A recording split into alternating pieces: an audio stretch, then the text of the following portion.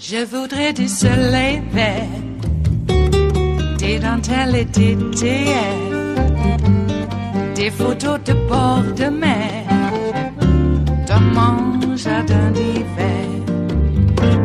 Je voudrais de la lumière, comme en Nouvelle-Angleterre. Je veux changer d'atmosphère, dans mon jardin d'hiver.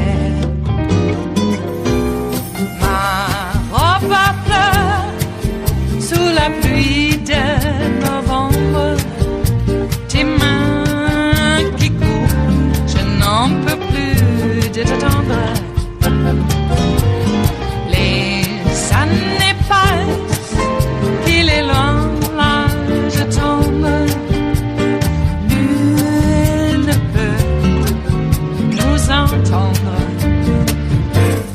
Je voudrais du Fred Astaire, revoir un latte. The Trump administration has 3 weeks to reunite parents with their children who were separated at the border. But the Department of Health and Human Services refuses to say how many separated children are in their custody or what this process will be. Joining us now is Rick Santorum, a CNN senior political commentator and former Republican senator from Pennsylvania. Rick, great to have you. You understand how, of course, the federal government works. Do you have any faith that these 2,000 plus children will be reunited with their parents?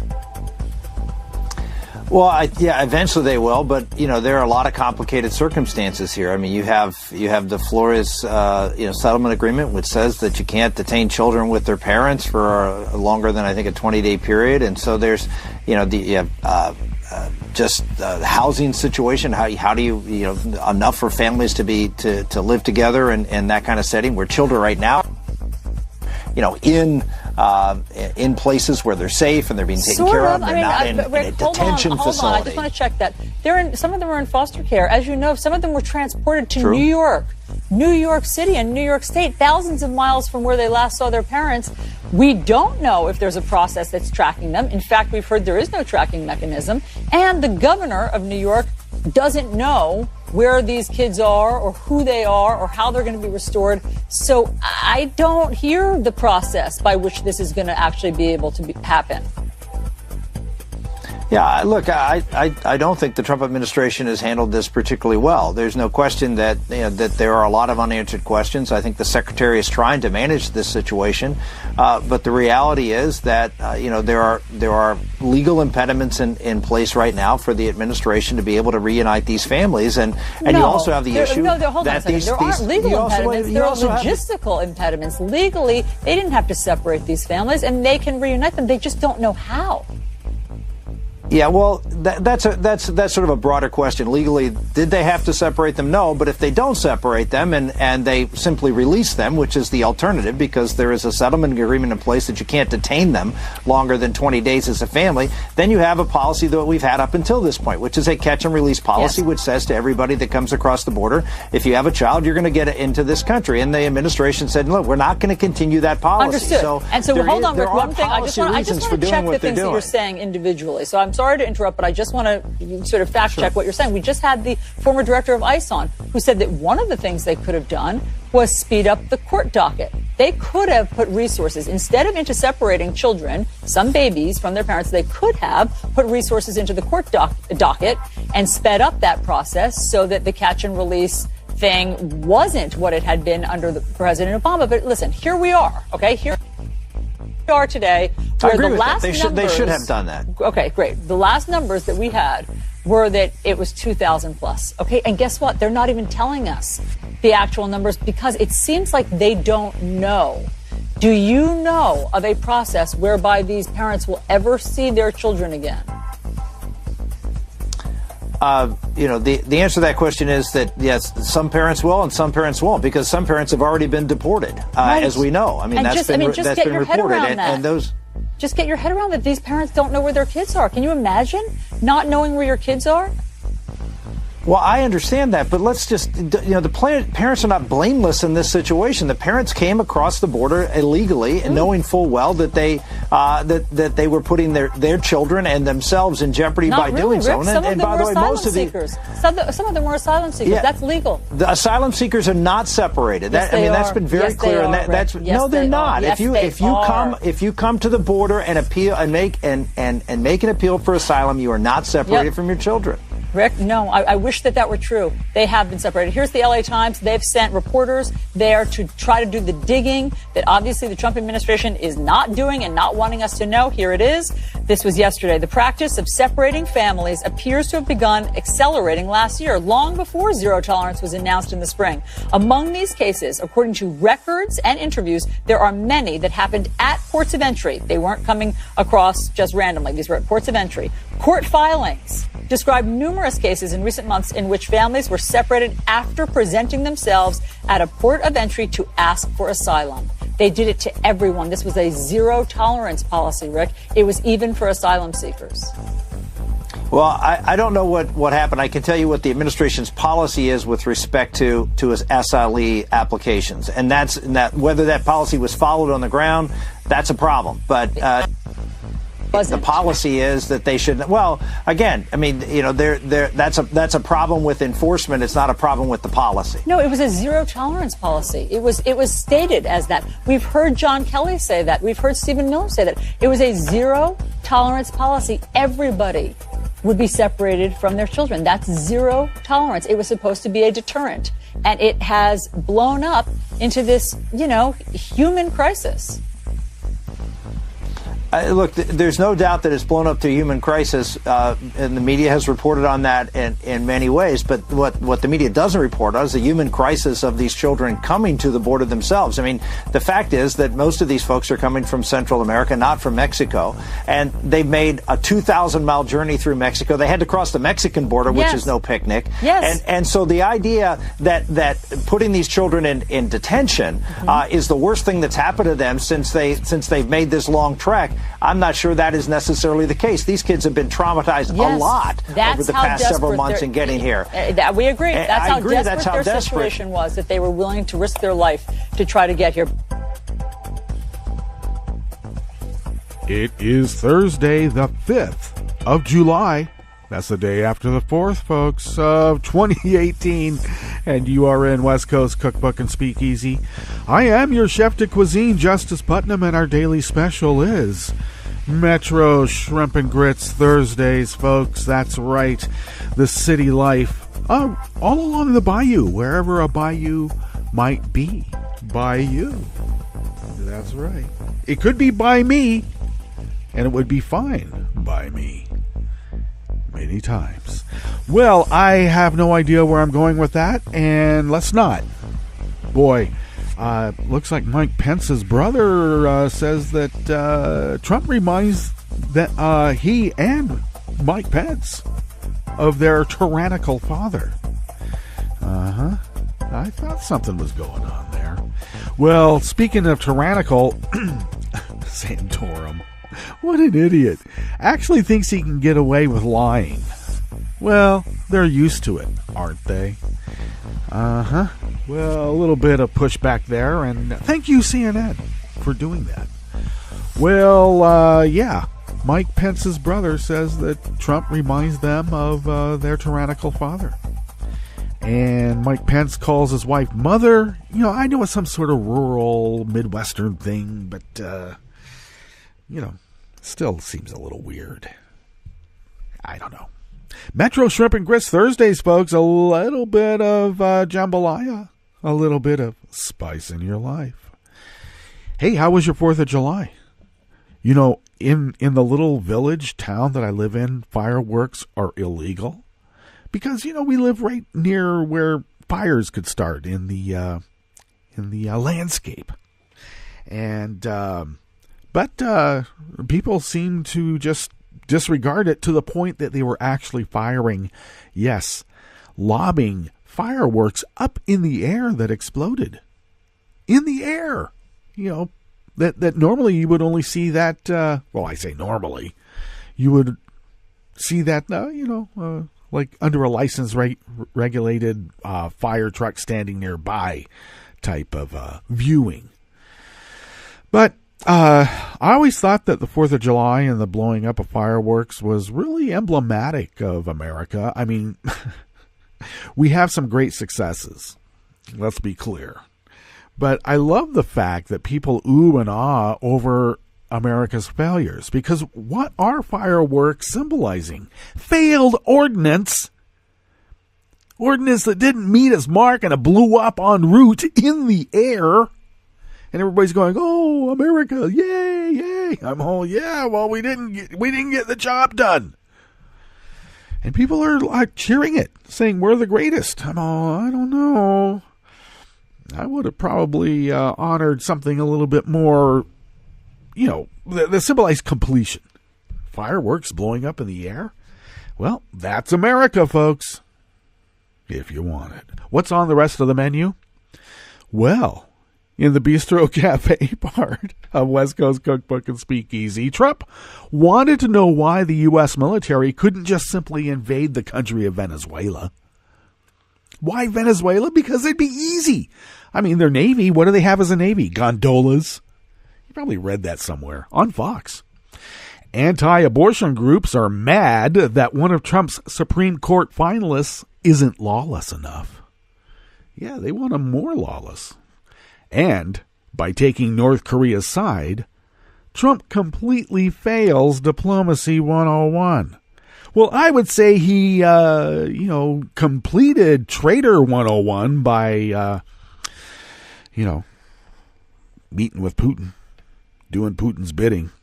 And what's up with the Appropriation Committee Republicans in Russia on the 4th of July tweeting out, "Oh, we love America. We're looking at fireworks right now." And they're sitting at a table with a bunch of Russian spies. Wow. You'd think it would be an Onion article, but no, it is reality. Not virtual either. True, actual reality. My God, hardwired even. Well, after the break, we'll then move to the chef's table, where the Chinese government is rounding up Muslims, the Uyghurs, and they're just throwing them in concentration camps. The kind that hold about 1 million people each. Well, you need a big one. A few big ones to hold all the Uyghurs, don't you? And the Navy is investigating the latest in an alarming string of incidents that have left its pilots disoriented, shaken, and showing signs of hypoxia. What's up with that? All that and more on West Coast Cookbook and Speakeasy. Bon appetit.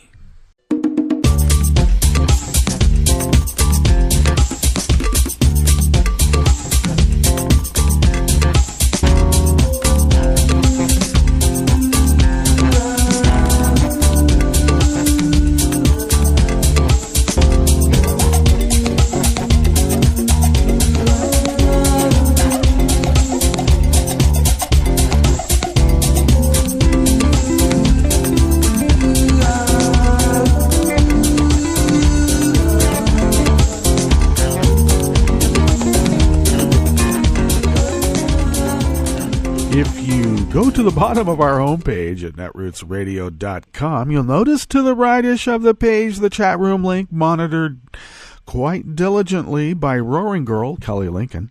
And that is a fabulous way to engage in real time often as well, because there'll be people there. It's a chat room after all. And to the leftish of the chat room link at the bottom of our homepage at netrootsradio.com, you'll notice the contribute donate buttons. We'll make further entreaties for donations and contributions in a few days, maybe next week, because we're in the midst of changing over PayPal and Patreon and getting the proper links and setting up those accounts properly. So bear with us. We'll have to ask you to start over into these new accounts. Thank you so much for your patience.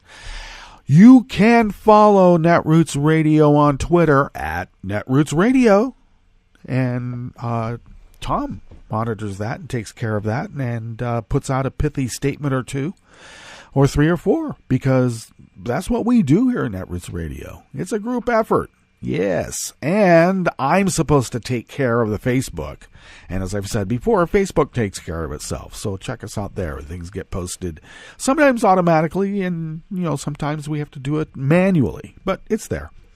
You can follow me on Twitter at Justice Putnam, and I post show notes and links for each show on Daily Coz, and I'm on Daily Coz as Justice Putnam. Follow the show on Twitter at Cookbook West, and we're also on Facebook as West Coast Cookbook and Speakeasy, and podcasts of the show can be had by way of Stitcher, Spreaker, iTunes, TuneIn, etc., etc., etc. Okay. Well, I had a little bit of technical issues earlier on, and I was afraid I wouldn't be able to get to everything, and some things got pushed to the side, so I wasn't able to do proper reading and getting up to speed. So I apologize. Some of these articles I only scanned, so I apologize for that. But let's get on this. Okay, so Trump just thinks he can do anything he wants. Let's invade Venezuela. That'll be like something fun. It'll be something fun. Like, it's like, I don't know. Leaders get to have wars, and I want to have a war in Venezuela. It'll be like my Grenada. What an idiot. I don't even think he said it'll be like my Grenada, but I think he wants it to be his Grenada. All right. Just remember, Grenada happened because we had a bunch of Marines that got killed in their barracks in Lebanon. The whole building just like, blown to smithereens like the Moreau building in Oklahoma City. Funny how that is, huh? This first article is out of Common Dreams by John Quelle. Surrounded by his top military aides in a White House meeting less than a year ago, the AP reported yesterday that Donald Trump wanted to know why the U.S. military couldn't, quote, just simply invade the country of Venezuela. Based on the account of a senior administration official familiar with what was said, AP reports that Trump's comments stunned those at the meeting, including U.S. Secretary of State Rex Tillerson and National Security Advisor H.R. McMaster, both of whom have now left the administration. Well, now I got to look at the timeline properly here. Is this before or after Tillerson said that Trump was a moron? I'm just wondering. I mean, publicly called him a moron. In an exchange that lasted around 5 minutes, McMaster and others took turns explaining to Trump how military action could backfire and risk losing hard-won support among Latin American governments to punish President Nicolas Maduro for taking Venezuela down a path of dictatorship. The official spoke on the condition of anonymity because of the sensitive nature of the discussions. Well, we know that. But Trump pushed back, although he gave no indication he was about to order up military plans. He pointed to what he considered past cases of successful gunboat diplomacy in the region, according to the official, like the invasions of Panama and Grenada in the 1980s. Yep, there you go. While some of those around him continued attempts to ignore or dissuade him, reportedly Trump could not let the idea go, and the AP cites two high-ranking Colombian officials who confirmed that he brought the idea of a military overthrow with Colombian President Juan Manuel Santos during a closed-door meeting in August of 2017. Well, what is he going to be discussing with Putin in a closed-door meeting with no note-takers? Here, you can have the rest of this part of America. I've given you this much already. What kind of backdoor deals and illegalities are taking place with this traitor in the White House? Boy.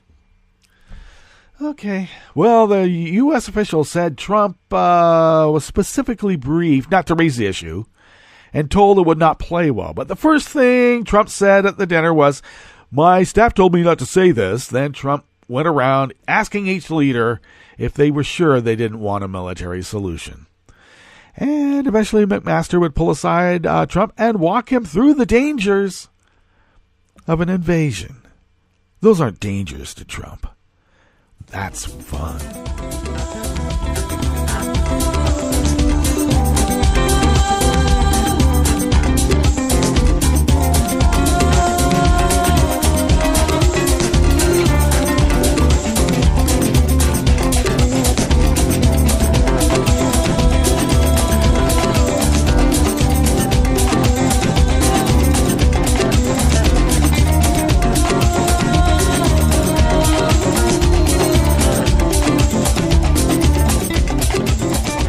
Next offering here, the Bistro Cafe, part of West Coast Cookbook and Speakeasy Metro Shrimp and Grits Thursdays. A little bit of jambalaya, a little bit of spice in your life, is by Ian Millhiser out of Raw Story. It looks like the rule of law is for losers.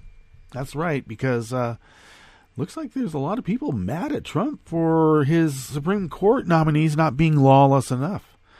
Judge Brett Kavanaugh, a top contender for the Supreme Court, sided with the Trump administration in a case where the government literally tried to hold a woman prisoner to prevent her from having an abortion. But somehow, Kavanaugh's opinion in this case branded him as insufficiently hostile to Roe v. Wade. Yeah, not hostile enough. Because, they didn't kill her in the process? Maybe. Multiple outlets report that anti-abortion groups are quietly lobbying senior White House officials against possible Supreme Court nominee Brett Kavanaugh. Much of the opposition stems from Kavanaugh's opinion in Garza versus Hargan, the imprisoned pregnant woman case. When Garza reached Kavanaugh, his court was asked to decide the fate of a pregnant woman who was held in a facility for undocumented minors that enter the country without an adult guardian. The administration would not let the woman leave the facility to obtain an abortion, nor would it release her to two family members who offered to take custody of her and become her sponsor, though it was unclear why those two potential sponsors were rejected. A majority of Kavanaugh's court held that the woman must be allowed to have her abortion.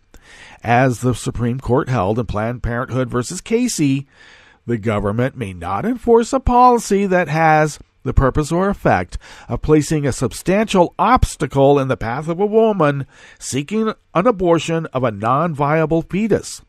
Holding a woman prisoner to prevent her from having an abortion qualifies, because it's called the rule of law, you know.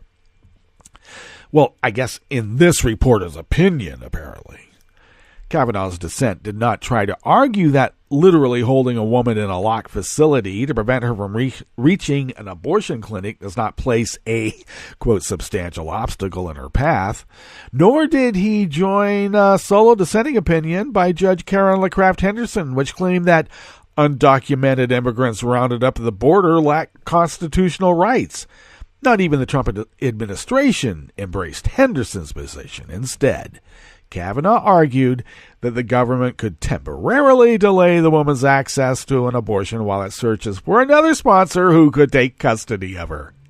The Trump administration, Kavanaugh argued, has permissible interests in favoring fetal life, protecting the best interests of a minor, and refraining from facilitating abortion. Well, Ian Millhiser says that's a less maximalist position than simply proclaiming that Casey was wrong and that Kavanaugh's court shouldn't follow it, but there's a reason why the Supreme Court is called the Supreme Court. Its decisions are supreme over the rest of the federal judiciary, and a lower court decision that openly flouted Casey would be lawless. Well, that's the whole point, isn't it?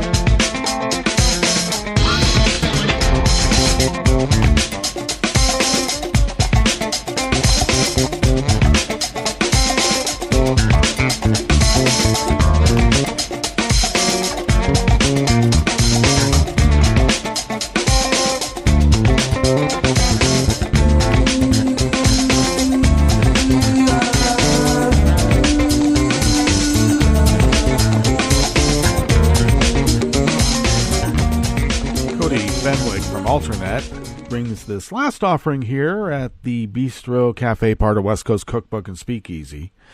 Donald Trump is digging his heels in and insisting that everything is fine with North Korea, even as multiple reports reveal that U.S. intelligence agencies and other sources believe that Kim Jong-un's regime has continued to ramp up production of nuclear fuel despite the bilateral summit at Singapore. Many good conversations with North Korea. It is going well, Trump tweeted on Tuesday. In the meantime, no rocket launches or nuclear testing in 8 months. All of Asia's thrilled. Only the opposition party. I guess that would be anybody who disagrees with him. Does he mean the Democrats specifically? I think that's what he means. The opposition party, which includes the fake news, he says, is complaining. If not for me, we would now be at war with North Korea. Yeah, well, okay, so maybe we soon will be. I don't know.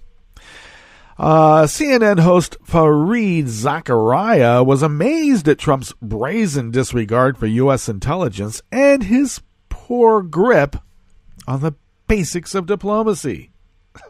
Yeah. Fareed said, the president, and we never use the P word once again here at Nevers Radio, our style manual really says don't use it. And if you use it by mistake, well, acknowledge the mistake and move on. Okay, Trump is essentially taking North Korea's side, Zakaria said Tuesday night. It is truly bizarre. I cannot recall a circumstance where the president of the United States has essentially sided with an adversary rather than his own intelligence agency. Yeah, when does that ever happen before? Weird, huh? He seems to think that talking means is going well, even if there are no actual results to show for it, said anchor John Berman. Well, look at his interior design. There's no substance to it. It's all just flash. It's image, not substance. Give me a break. This guy has no idea what substance is.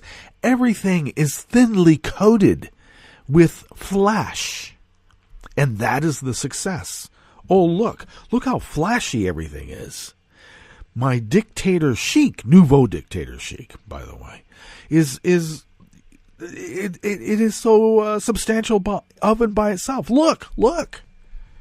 And then you start scraping away and you went, it looks like gold paint, which it probably is, and it's not even real gold, just that color. Okay. It's strange, Zakaria continued, because it's almost diplomacy 101. Countries will always tell you what you want to hear. That's right. They do. That's why Ronald Reagan's famous line with the Soviet Union was, trust, but verify.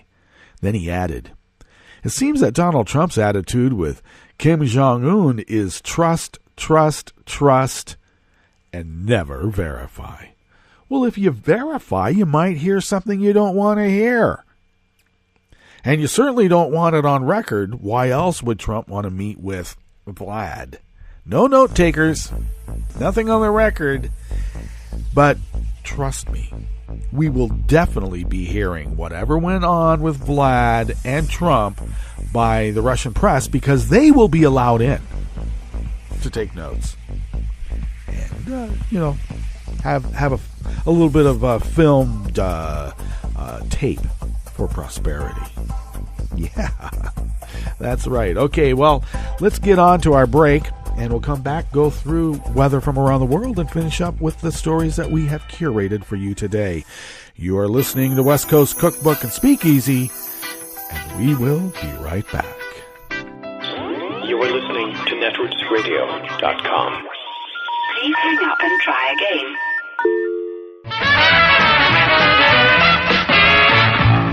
From a point at sea to the circles of your mind, a new force is at work for planetary transformation.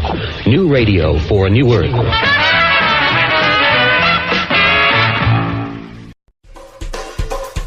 This is Scientific American's 60-Second Science. I'm Steve Mirsky.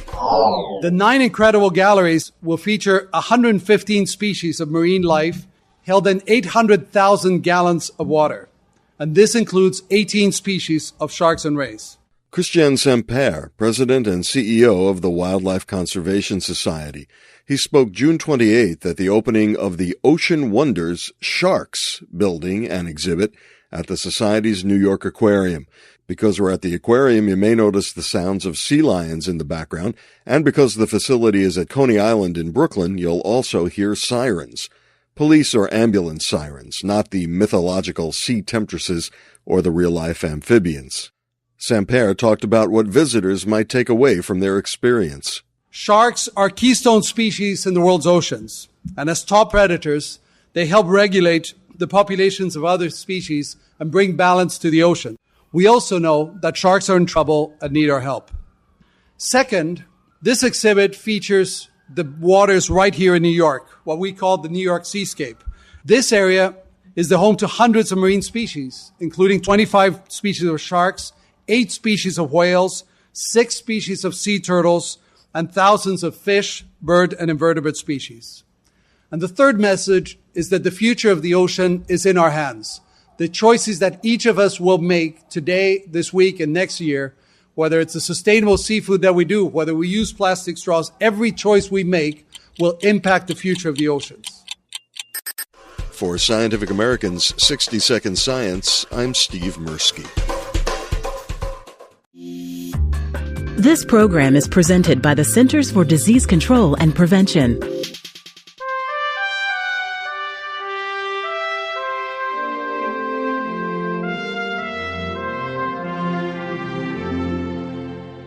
Welcome to A Cup of Health with CDC, a weekly feature of the MMWR, the Morbidity and Mortality Weekly Report. I'm Dr. Jeffrey Nemhauser, filling in for your host, Dr. Kathleen Dooling. As the U.S. population ages, more people are at risk for injuries. The largest percentage of injury-related deaths among this group are caused by falls. Elizabeth Burns is with CDC's National Center for Injury Prevention and Control. She's joining us today to discuss ways to prevent injuries and deaths from falls among senior adults. Welcome to the show, Elizabeth. Thanks for having me. Elizabeth, what are some of the more common consequences when a senior adult falls? Well, first, it's important to note that falls are incredibly common. More than 1 in 4 older adults will fall in a given year. Common consequences include loss of independence and an increased fear of falling, as older adults are afraid to do the same kinds of activities they were doing before.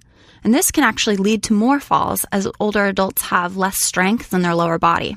Common consequences include hip fracture and traumatic brain injury. And ultimately, in 2016, almost 30,000 older adults died because of a fall. So are falls more common in men or in women? Falls are more common in women, and more women go to the emergency department because of a fall, and more women die because of a fall. However, the rate of fall deaths are more common in men than women. What this means is that out of 100,000 men, more will die from a fall than out of 100,000 women. What are common causes of falls among older people?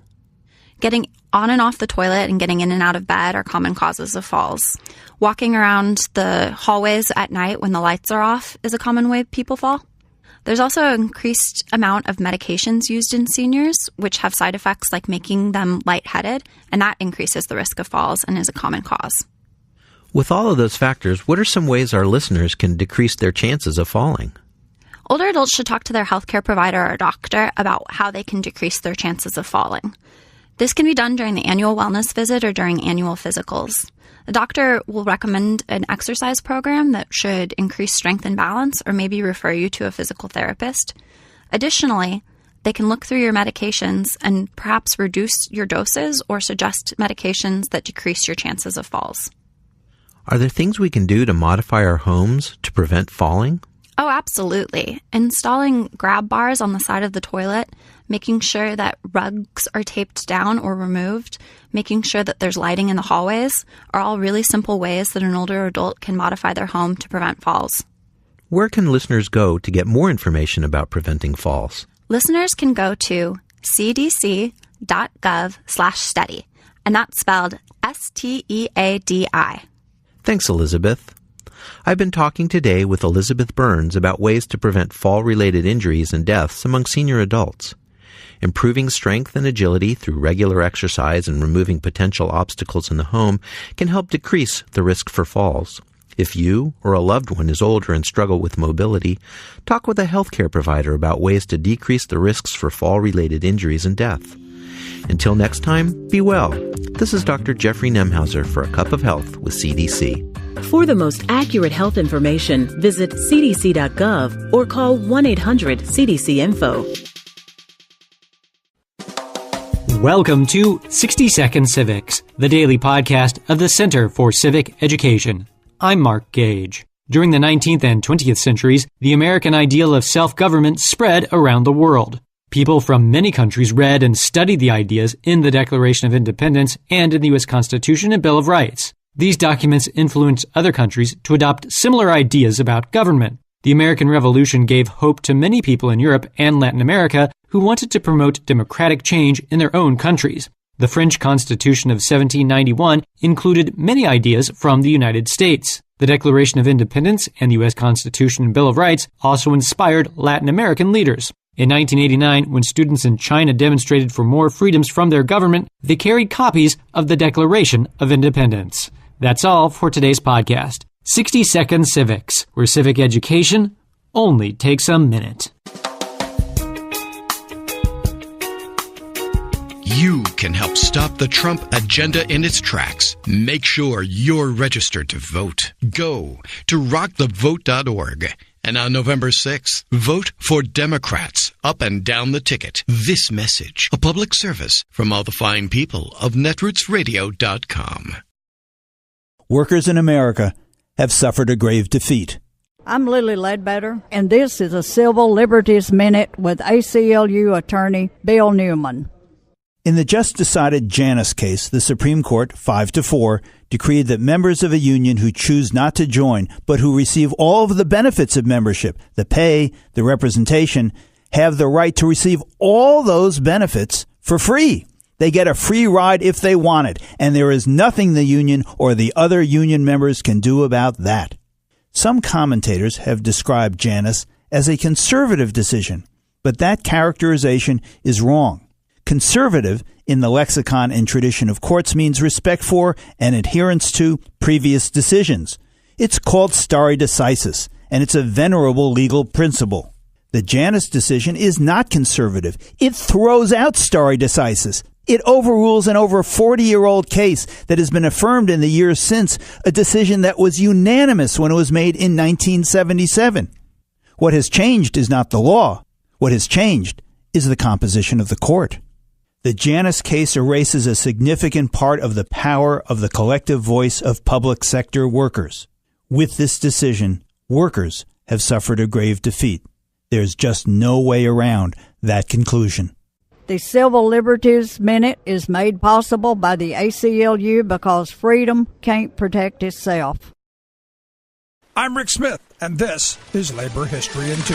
On this day in labor history, the year was 2010. That was the day an explosion in the Upper Big Branch mine killed 29 miners. This is the second of two parts commemorating that disastrous moment in labor history. The accumulation of explosive methane gas was so pronounced that the mine had to be evacuated several times leading up to the disaster. A 126-page Governor's Independent Investigation Panel report detailed the systemic failures of safety systems and at governmental agencies charged with enforcing regulation. Lack of proper ventilation, adherence to rock dusting standards, and proper maintenance of machinery were main factors. The panel also held the Mine Safety and Health Administration responsible for disregarding the documented risk of methane outbursts at the mine, overlooking the deadly potential of a precarious ventilation system, neglecting to use its regulatory authority to force technological improvements, and allowing the U.S. mine safety system to atrophy. They determined that MSHA could have issued flagrant violation citations and had the authority to shut the mines down, but didn't.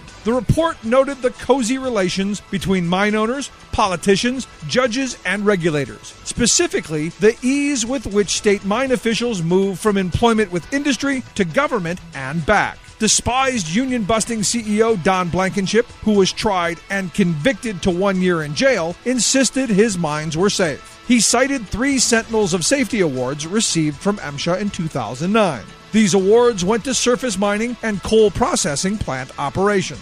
Blankenship even blamed MSHA for the explosion because the agency demanded changes in UBB's ventilation system. A union safety committee could have shut the mine down before methane gas and coal dust combined to cause the explosion, if only there had been a union.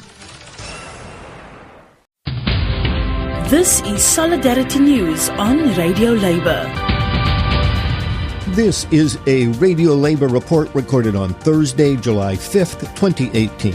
I'm Mark Boulanger. In 2003, Iraq was invaded by the United States, Britain, and other coalition partners. The country was economically devastated. But despite this devastation, workers in the country hoped that their working conditions would improve. This hope was heightened in 2015 when a new labor law was passed by the Iraqi parliament. The new law lifted the 1987 ban on strikes and, amongst other provisions, provided protection against sexual harassment. I talked to Kuria Gouda about the new law. Ms. Gouda is a representative of the General Federation of Iraqi Trade Unions, the GFITU. She was visiting Britain on a tour sponsored by the British Trades Union Congress, the TUC. I asked her about the 2015 Iraqi labor law. I spoke to her through an interpreter, Hashim Ali. Regarding the labor law that was approved, number 37 in 2015, which was approved, Ministry of Labor and Social Affairs in Iraq didn't take steps to implement the law. Therefore, it would be like frozen or not implemented. Still, thousands of workers and employees still not covered by the law, and it looked that the Ministry of Labor and Social Affairs has done nothing to defend their rights. For example, inspectors for the workplaces which should be looking for any violations or applications of the law have not gone out to the working fields. What has been the effect of this on women workers in Iraq? Regarding women, although the new law does guarantee women important rights in the workplace and against sexual harassment and violence, these articles are still not implemented. What reason does the Ministry of Labor use for not implementing the new labor law? They put unavailable financial support as a reason for not putting this law into action or applying the law. It wasn't applied in the right way, the labor law. So what is the current situation for workers in the country like? The current situation is still difficult for workers in Iraq. They are still can be fired at any moment by their employers.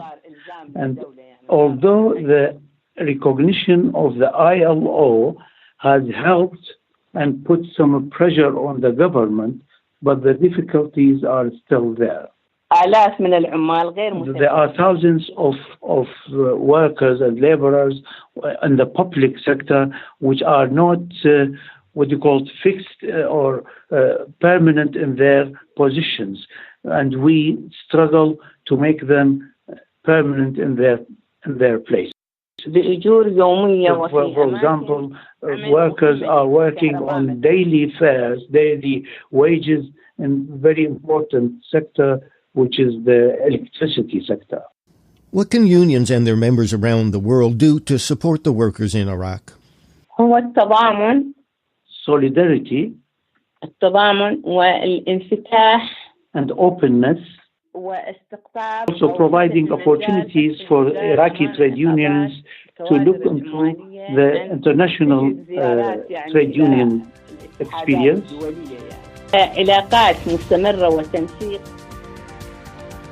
And that's it. International labor news you can use. I'm Mark Boulanger. Thank you for listening. And remember, it's all about global solidarity.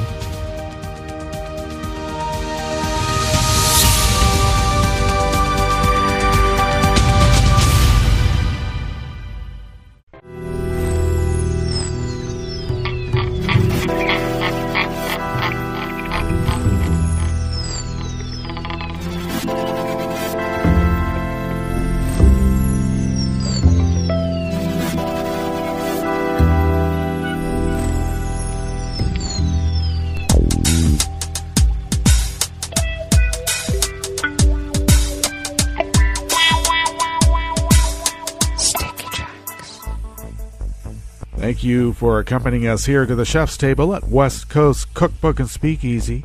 Metro Shrimp and Grits Thursdays. That's right. A little bit of jambalaya, a little bit of spice in your life. Okay, weather from around the world always begins along the banks of the Rogue River.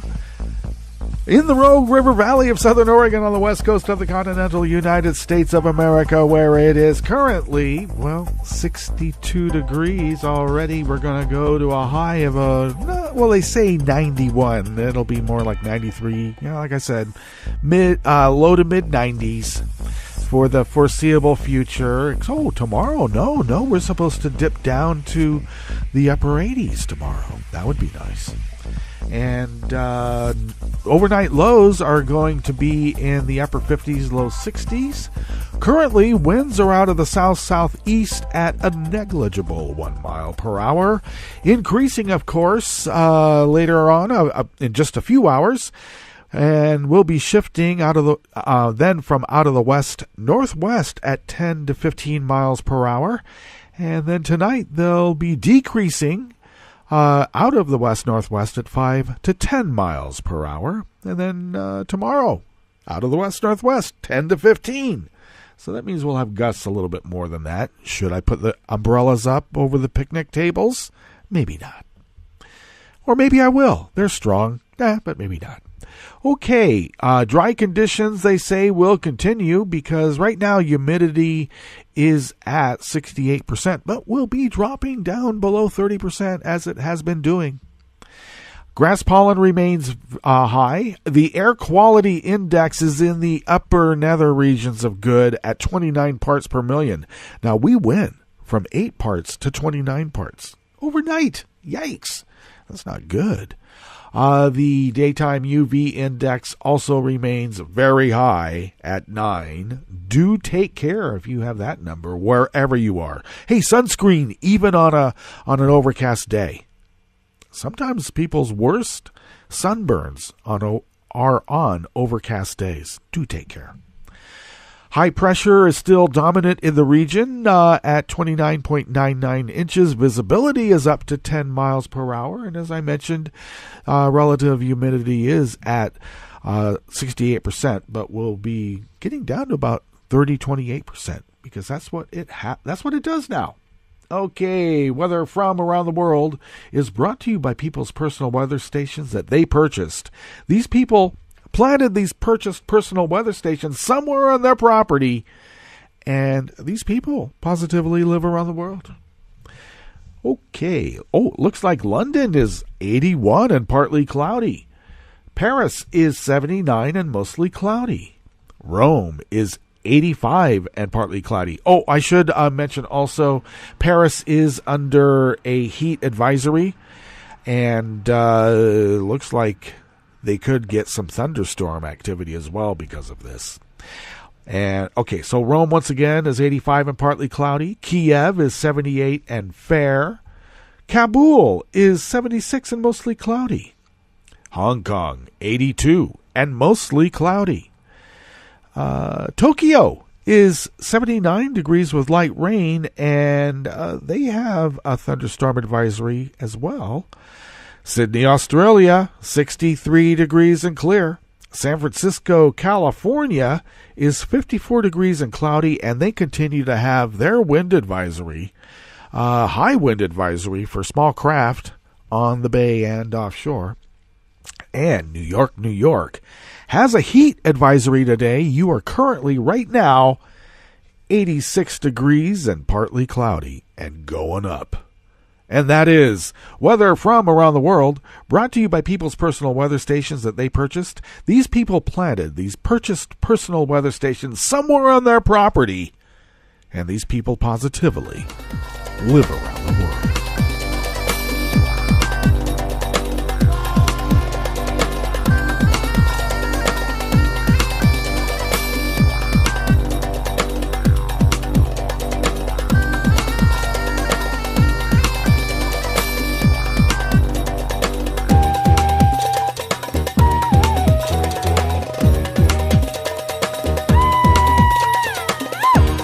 Casey Michelle from Think Progress brings us this first offering here at the Chef's Table at West Coast Cookbook and Speakeasy, Metro Shrimp and Grist Thursdays. In China's remote western province of Xinjiang, the Chinese government has been constructing a series of internment camps larger than anything the world currently knows, meant to house upwards of 1 million and potentially more of the region's indigenous Muslim minority, known as Uyghurs.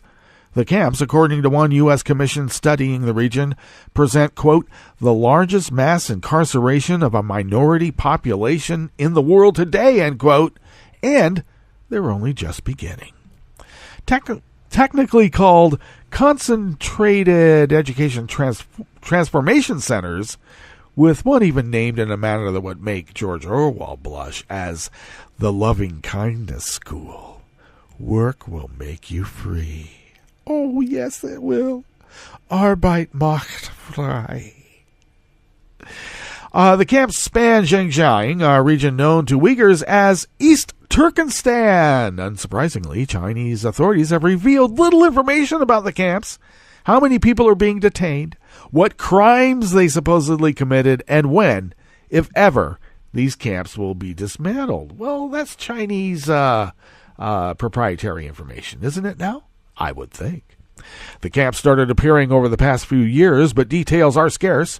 Reporting on the region is tightly constricted, and Beijing has made a habit of arresting and disappearing the family members of American reporters who have attempted to cover the topic.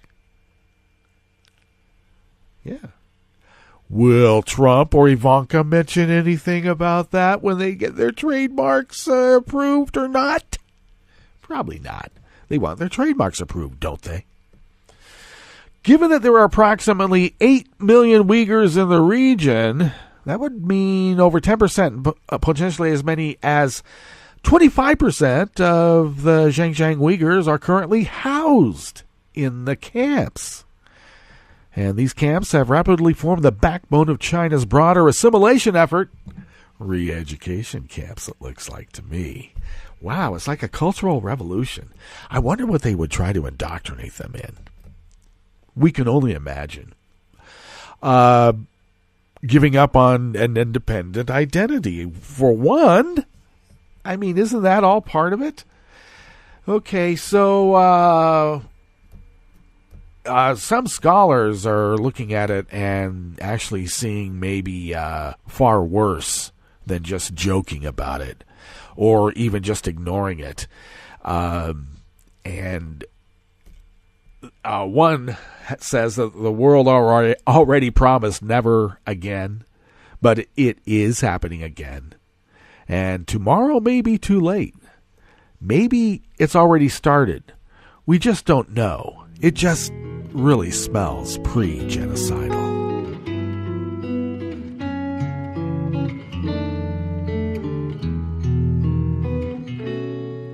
Je te donne, c'est mon amour pour la vie entière.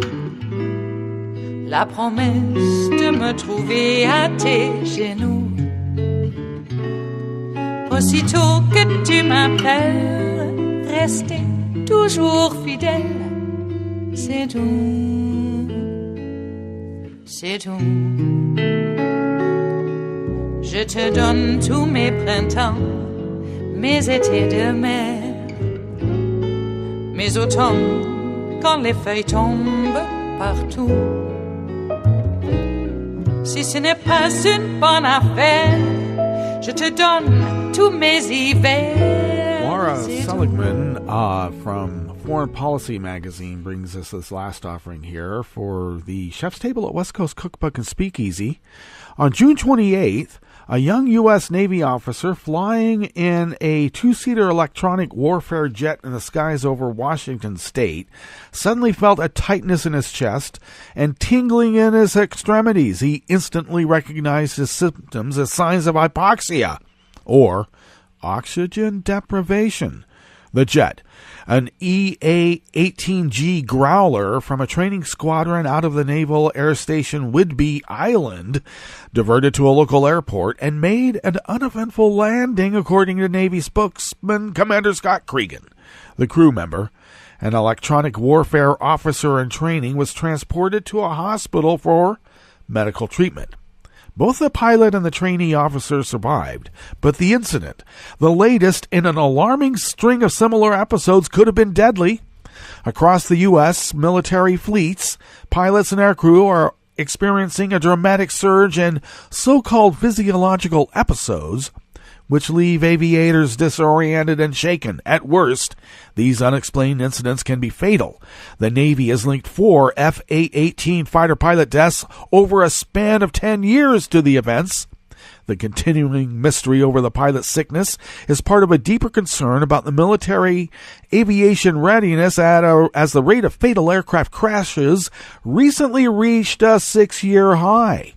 It also raises larger questions about the ability of the world's largest and best-funded military to resolve a basic problem that appears primarily limited to the United States. The Navy considers the physiological episode problem its number one aviation safety priority. From 2009 to 2016, the rate of such events increased almost 8-fold in the FA-18 and the EA-18G, a version of the two-seater FA-18. And then from 16 to 125 incidents. Oh, my God. In the Navy's T-45 training fleet, the spike is even more significant. In 2009, the Navy reported just one such incident, but in 2016, the number was 38. Most recently, 2 aviators endured a harrowing landing after the temperature inside their Growler cockpit suddenly plunged to as low as minus 30 degrees. A mist formed in the cockpit, covering the instruments and windows with ice, and rendering the pilots almost completely blind. The aircrew had to turn on the emergency oxygen supply. The crew and ground-based controllers managed to work to land the aircraft safely, but both the pilot and the electronic warfare officer suffered severe blistering and burns on hands due to frostbite. The Navy believes the incident was caused by a failure of the environmental control system. Well, that's nice. I don't know. Are they being hacked? Is that possible with these jets? Well, in May, Representative Adam Smith, a Democrat of Washington, introduced legislation to create an independent national commission on military aviation safety in response to a surge in deadly crashes over the last year. Some, but not all of these incidents were related to hypoxia. Both the Navy and Air Force fleets continue to see physiological episodes at alarming rates. More work remains to be done, and this will remain our top safety priority until we finally understand and have mitigated all possible and casual factors of physiological episodes. And that was Rear Admiral Roy Kelly, commander of the Naval Air Force Atlantic, in congressional testimony on June 21st. Well, that brings us to the end of our broadcast period for the day, folks, and we will be back here tomorrow. Yes, for Blue Moon Spirits Fridays, because we are all Nighthawks in the Diner of Life. So stay tuned to Netroots Radio for the rest of the day for breaking news And we will visit with you tomorrow in West Coast Cookbook and Speakeasy. Bon appetit.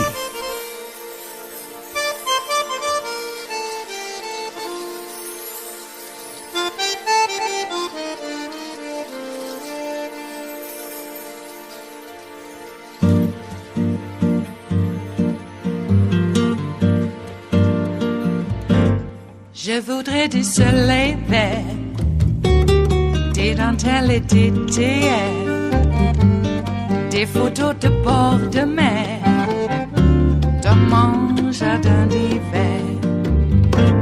Je voudrais de la lumière, comme en Nouvelle-Angleterre. Je veux changer d'atmosphère, dans mon jardin d'hiver.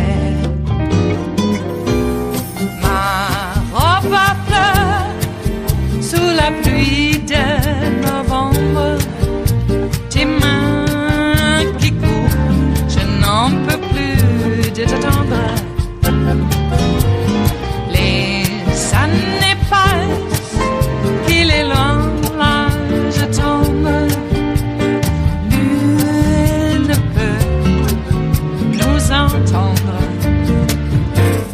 Je voudrais du Fred Astaire, revoir un latte Goël. Je voudrais toujours te plaire dans mon jardin d'hiver.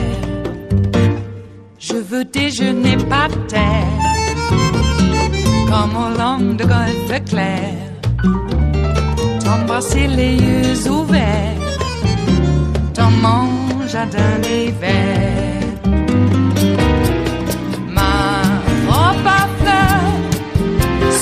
Pluie de novembre, tes mains qui courent, je n'en peux plus de t'attendre.